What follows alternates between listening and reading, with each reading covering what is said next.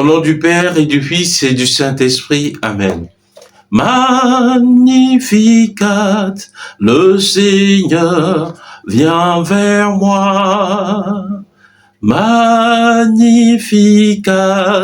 le Seigneur est en moi. Évangile de Jésus-Christ selon saint Luc.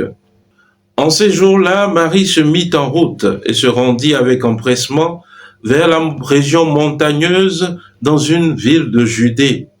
Elle entra dans la maison de Zacharie et salua Élisabeth. Or, quand Élisabeth entendit la salutation de Marie, l'enfant tressaillit en elle. Alors Élisabeth fut remplie d'Esprit Saint et s'écria d'une voix forte, « Tu es bénie entre toutes les femmes, et le fruit de tes entrailles est béni. D'où m'est-il donné que la mère de mon Seigneur vienne jusqu'à moi?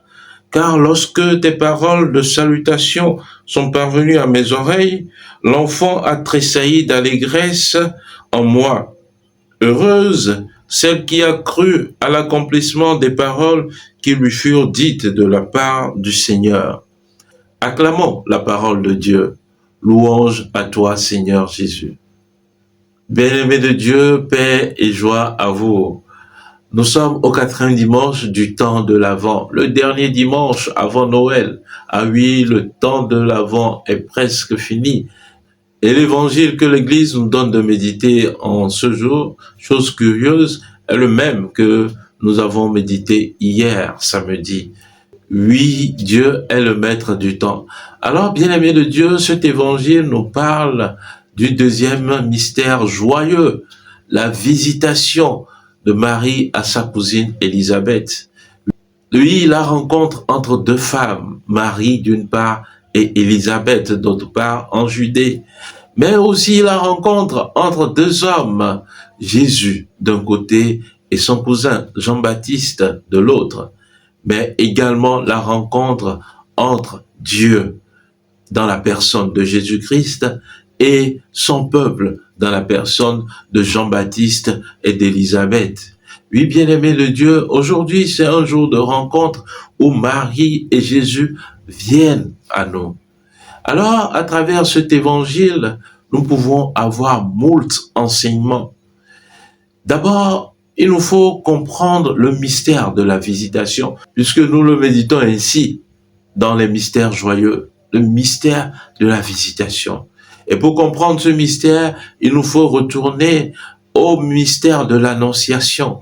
À la fin du mystère de l'Annonciation, Marie, qui était un peu perplexe, dit quand même à la parole de l'ange, « Voici la servante du Seigneur, que tout se fasse pour moi selon ta parole. » Mais bien avant, l'ange lui disait, « Voici que ta cousine Élisabeth est enceinte et elle en est à son 6e mois, elle qu'on appelait la stérile, car rien n'est impossible à Dieu. » Alors, l'ange envoie en quelque sorte la Vierge Marie pour aller contempler ce signe-là.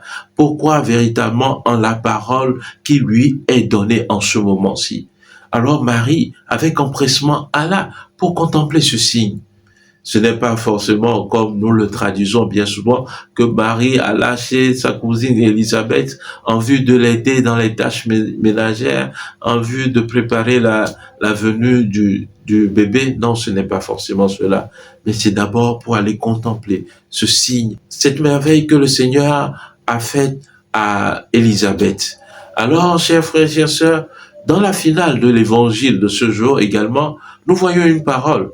Élisabeth, sous l'action de l'Esprit Saint, dit « Heureuse celle qui a cru à l'accomplissement des paroles qui lui furent dites de la part du Seigneur. » Oui, chers frères et sœurs, voilà le but de la visitation de Marie. Elle a cru en la parole, elle s'est rendue disponible et elle est allée visiter Élisabeth avec empressement. Alors, bien-aimés, rendons-nous disponibles au Seigneur. Quand nous nous rendons disponibles, il fait de nous, il accomplit ses promesses en nous et il fait de nous un instrument puissant pour sa gloire. Voilà.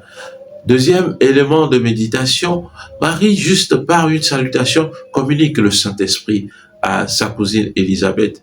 On pourrait même parler d'une première Pentecôte ou d'une première infusion de l'Esprit Saint, juste par la parole. Marie, par un shalom, communique le Saint-Esprit. Oui, chers frères, chères sœurs, alors nous qui avons l'Esprit Saint en nous, nous devons être sensibles à ces dimensions. Nous sommes capables également de communiquer le Saint-Esprit aux frères et sœurs. Lorsque nous sommes conscients, alors l'Esprit Saint se libère dans toutes les sphères de la vie de celui qui est disposé à l'accueillir.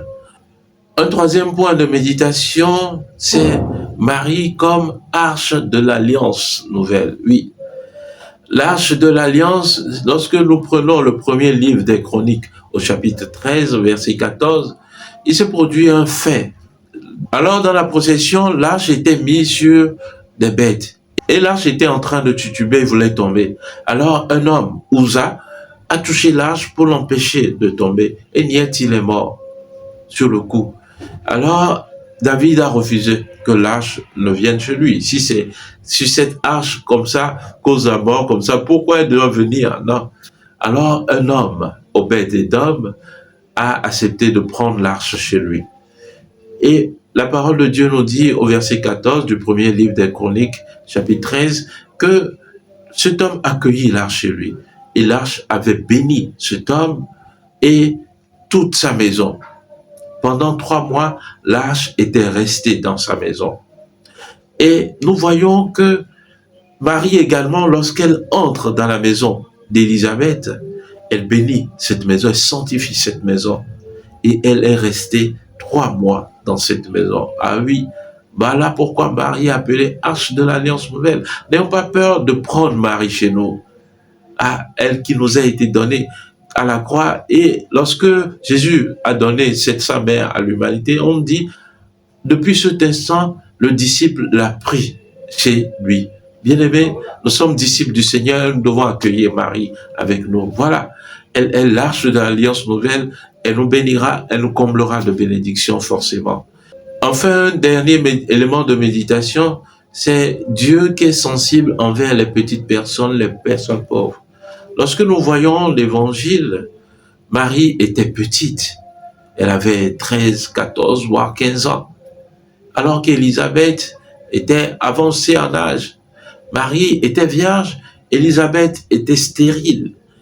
Marie était fiancée, Élisabeth était déjà mariée depuis des années. Mais c'est dans cette petitesse que le Seigneur vient élever la Vierge Marie. Voilà pourquoi il dit, dans le Magnificat, il élève les humbles. Alors, dans toute la Bible, nous voyons cette sensibilité de Dieu envers les personnes les petites, les plus pauvres. Et la première lecture de ce jour nous le dit également. Et toi, Bethléem, de Bethléem, on ne pouvait pas penser que le Messie sortirait de là, qu'il pourrait avoir quelque chose, cette ville qui était méprisée. Voilà. Alors Dieu se fait proche de toutes ces personnes méprisées, toutes ces personnes écartées du chemin, toutes ces personnes humiliées, humainement, Dieu se fait proche d'elles.